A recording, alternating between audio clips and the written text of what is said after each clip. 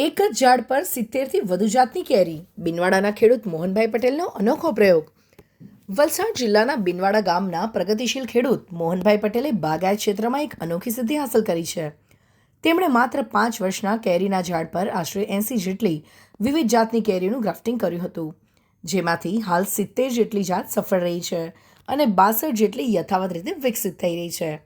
આ ઝાડ પર હાલમાં 20થી વધુ જાતની કેરીઓ ફળી રહી છે, જેમાં દેશ વિદેશની વિવિધ વેરાયટીઓનો સમાવેશ થાય છે. ખાસ વાત એ છે કે માત્ર 10 મહિનાના ટૂંકા ગાળામાં આ સફળતા પ્રાપ્ત થઈ છે.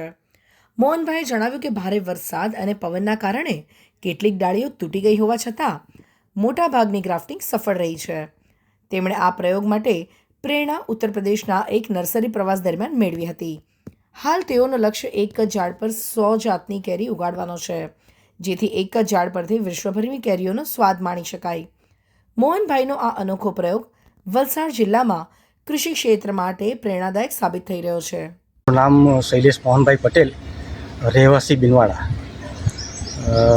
મને એક યુપી મલિહાબાદમાં એક નર્સરી છે જાયદ કરીને મુસ્લિમની, એમણે એમનું ઝાડ તો આના કરતાં મહાકાય છે, એના પર 50 જેટલી જાતો મેં જોયેલી, એના પરથી મને પ્રેરણા મળેલી.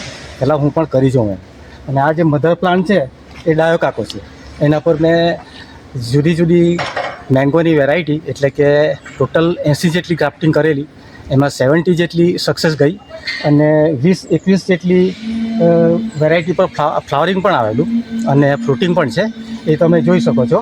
એમાં આ થાઈલેન્ડની નામ ડોપાઈ, આ રેડ આઇવરી છે, આ આપણે ત્યાંનો સબ્જો, આ થાઈ બનાના મેંગો, આ તમે જોઈ શકો છો, આ ઇઝરાયલની સેન્સેશન.